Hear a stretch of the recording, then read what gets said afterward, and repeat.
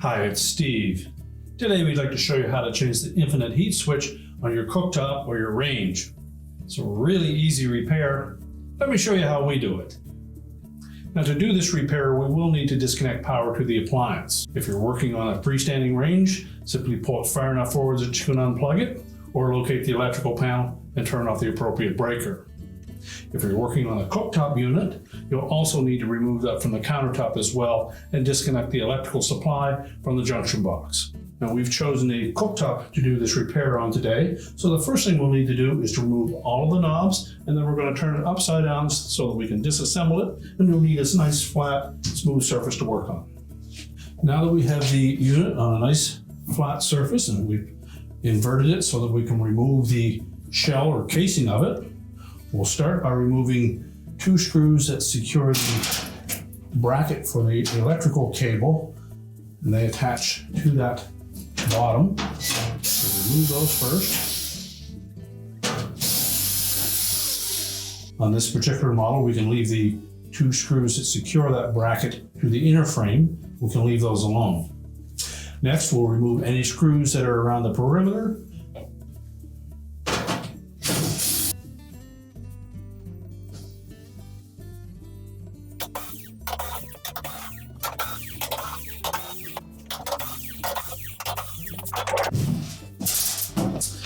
Next, we're going to remove this cover over the cooling fan.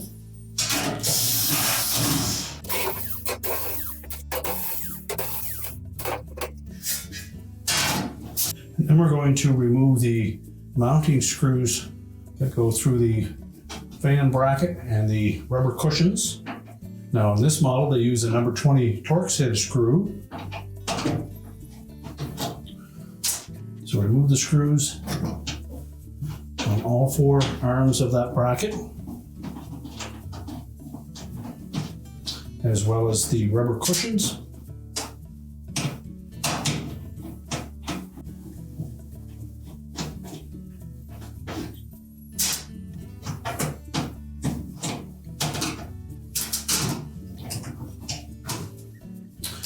And then we'll just manipulate that fan bracket so we can fit it down through that opening.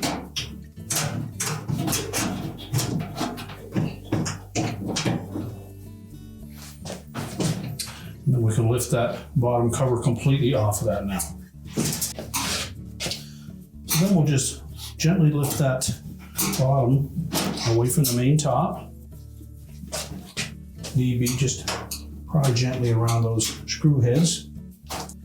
Avoid putting any pressure between the metal body and that glass top.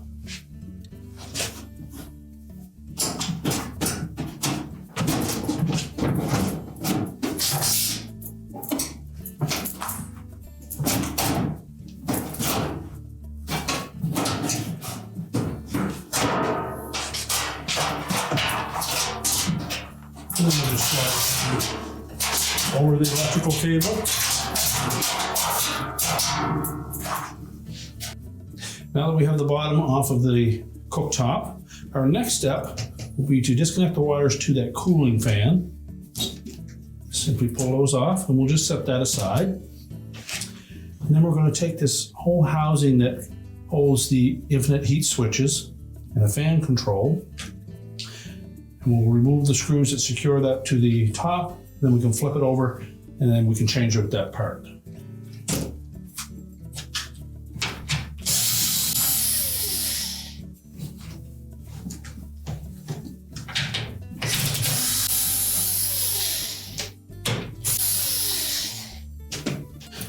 Now next we're going to rotate that assembly around. You may find that you need to disconnect this harness. Simply pull the connector away from that little circuit board. And then we can just rotate that so we can access the mounting screws for that control that we're going to change. Next, we'll just remove the two mounting screws and we'll hang on to those to use them with the new control.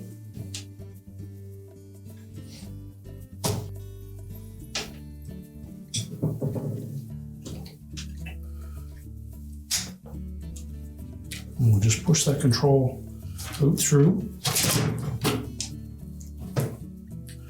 We'll remove that rubber shield. We'll reuse that. Now next we'll need to take note of where all the individual wires are so that we can attach them to the proper terminals on our new control. Now we can either pull them all off at one time, or we can just take them off one at a time and attach them to the new control. Make sure that we pull on the connector and not the wire.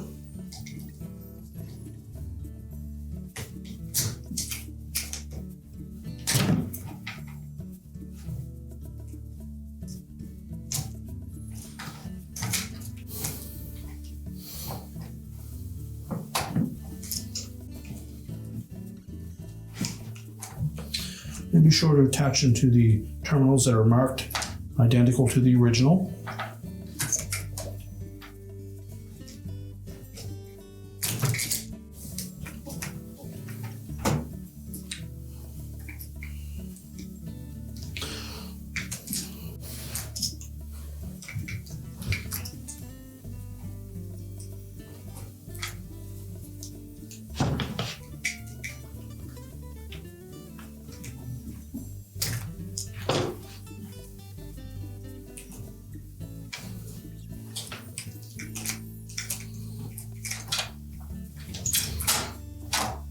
If you find some that are a little bit loose, simply tighten them with your pliers.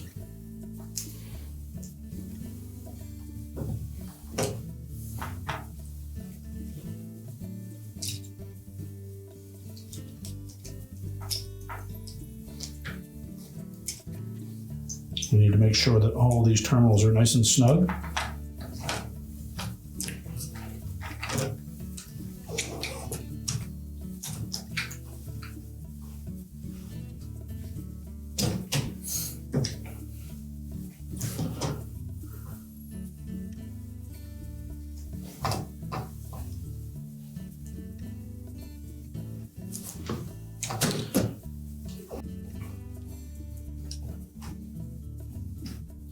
And just check and make sure all of them are nice and snug. If any terminals show signs of discoloration from arcing or overheating, you'll need to replace those.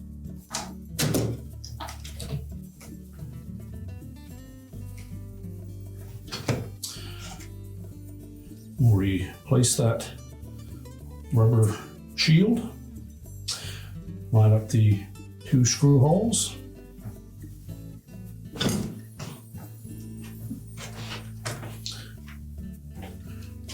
We'll roll over that whole assembly while holding that control in place.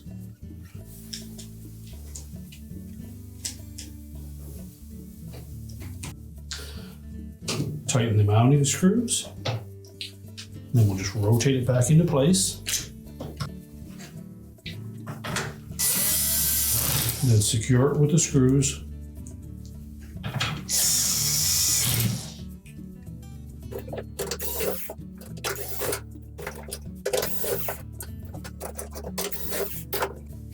Remember to reconnect the sensor harness.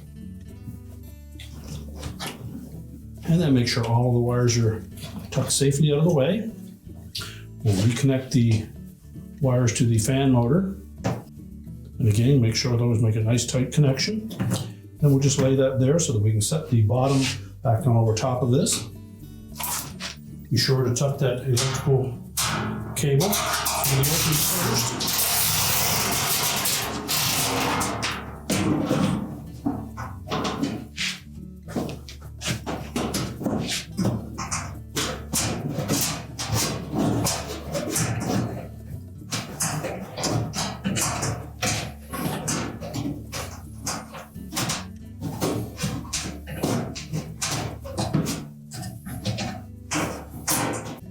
Be sure to pull that fan motor bracket up through the opening before we secure that bottom in place.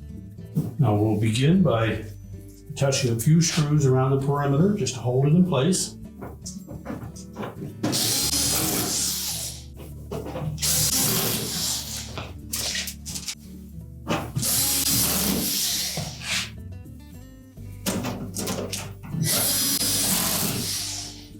Once we have that lined up properly, We can then go ahead and remount that fan motor. Be sure to install the cushions underneath each leg of that bracket.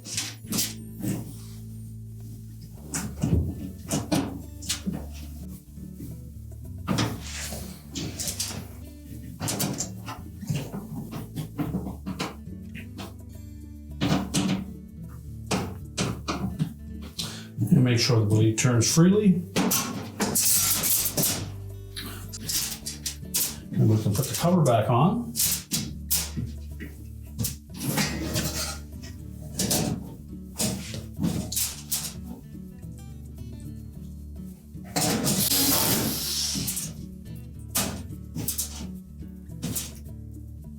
As well as the remainder of the screws around the bottom that secure it to the main top.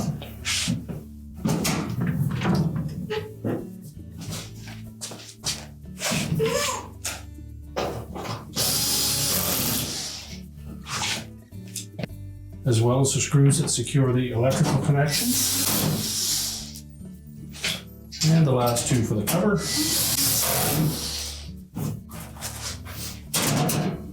Now that we've got all of the screws secured again, we're ready to take that cooktop, put it back into your counter, and prepare to reconnect the electrical.